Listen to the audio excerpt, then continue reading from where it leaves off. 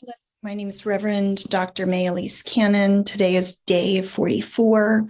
It's Sunday, November 19th, and I apologize that my update yesterday was so long. Tomorrow, I'll give you some political updates. Earlier this week on Wednesday, there was a conversation about the possibility of the release of about 50 hostages, women and children, in addition to an extended ceasefire. Last night, Washington Post said that that deal was back on the table, and we heard this morning that it was back off the table. So I'll give you more detailed updates about that tomorrow. But I wanted to spend a few minutes today, since it's Sunday, the day of Sabbath. I've been preaching this morning in New York, a couple of services, and then this afternoon we'll be doing a workshop on peacemaking. And so we've been talking about Jesus, the Prince of Peace, and the passage that we worked through was the Beatitudes. I would encourage you to read through those and reflect those as we're on this journey together of asking what it means to be a peacemaker. Certainly the Beatitude that says, "Blessed are the peacemakers, for they will be called the children of God." But also the other Beatitudes that talk about, blessed are those who hunger and thirst for righteousness, for they will be filled. And that word in Greek is dikaios or dikaiosune. And that word not only means righteousness, but righteousness and justice. So blessed are those who hunger and thirst for righteousness and justice. So as we're in this work of peacemaking, might we look to see where God is at work? And then might we also set ourselves aside? So might we enter into this work with a humble heart? Blessed are the meek. Blessed are the meek, for they will... I have my notes somewhere else, so I feel like I have to look at Matthew chapter 5 right now. I should know this off the top of my head. I apologize. Blessed are the pure in heart, for they will see God. Blessed are the peacemakers. They will be called the children of God. Blessed are the meek, for they will inherit the earth. And then, right after it talks about blessed are the peacemakers, for they will be called the children of God. I think these are words. The next words of the Sermon on the Mount are the words of what we can expect when we're committed to pursuing peace. This is chapter 5 of Matthew, and this is verse 10. Blessed are those who are persecuted because of righteousness, for theirs is the kingdom of heaven. Blessed are you when people insult you, persecute you, and falsely say all kinds of evil against you because of me. Rejoice and be glad, because great is your reward in heaven. For in the same way they persecuted the prophets who were before you.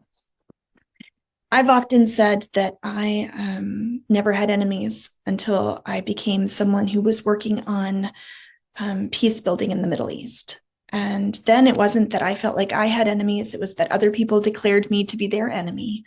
And so part of our work is, we've talked about this before, allowing God to break our hearts for the things that break the heart of God.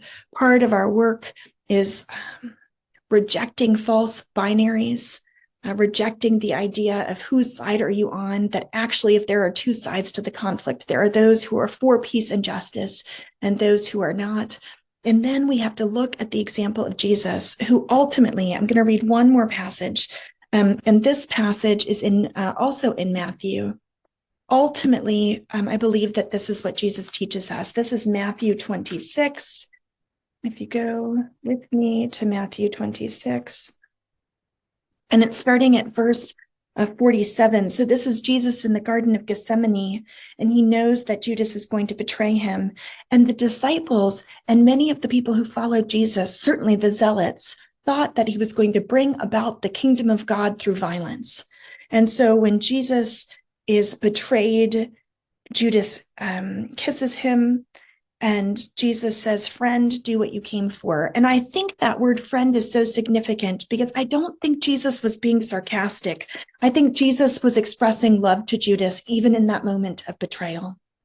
And the men stepped forward and arrested him. And then one of Jesus's companions reached for his sword, drew it out, and struck the servant of the high priest, cutting off the ear. And Jesus responds and says, "Put your sword back in its place, for all who draw the sword will die by the sword." All who draw the sword will die by the sword. I think in our contemporary rhetoric, to me, that means violence begets violence. Violence is not the answer. Do you think I cannot call on my Father, and he will at once, at my disposal, put more than 12 legions of angels? And how then would the scriptures be fulfilled for it to happen in this way? Am I leading a rebellion that you have come out with swords and clubs to capture me? But every day I sat in the temple courts and you did not arrest me. But this has all taken place that the writings of the prophets might be fulfilled. And then that section of the scriptures ends where the disciples deserted him and fled. They thought that Jesus was going to, it made no sense. He's being arrested. He is submitting and allowing himself to suffer the greatest consequence, even unto death, even though his death was an unjust consequence and he was innocent. And his instructions in the middle of that moment of his unjust arrest are, put your sword back in its place, for all who draw the sword will die by the sword. The greatest commandment of God is this: love the Lord your God with all of your heart, your soul, your mind, your strength, and love your neighbor as yourself. And then Jesus says, not only love your neighbor, but love your enemy. And so as we are committed to this work of peace, might God expand our hearts to allow our hearts to be broken. Might we reject false binaries, and might we lay down our swords to pursue only peaceful alternatives. Do not be discouraged. We are working harder than ever. Tomorrow, we're going to start our congressional community calls to Congress. Tomorrow night is our prayer vigil. Join us online. You'll be able to find it on YouTube. www.cmep.org is our website, and then you can find the Churches for Middle East Peace YouTube site. The Lord will be faithful. He is faithful. And Jesus is the Prince of Peace, and his heart is broken. And so might he go before us as we seek peace in Gaza, in Israel, in all of Palestine, and in all of the world.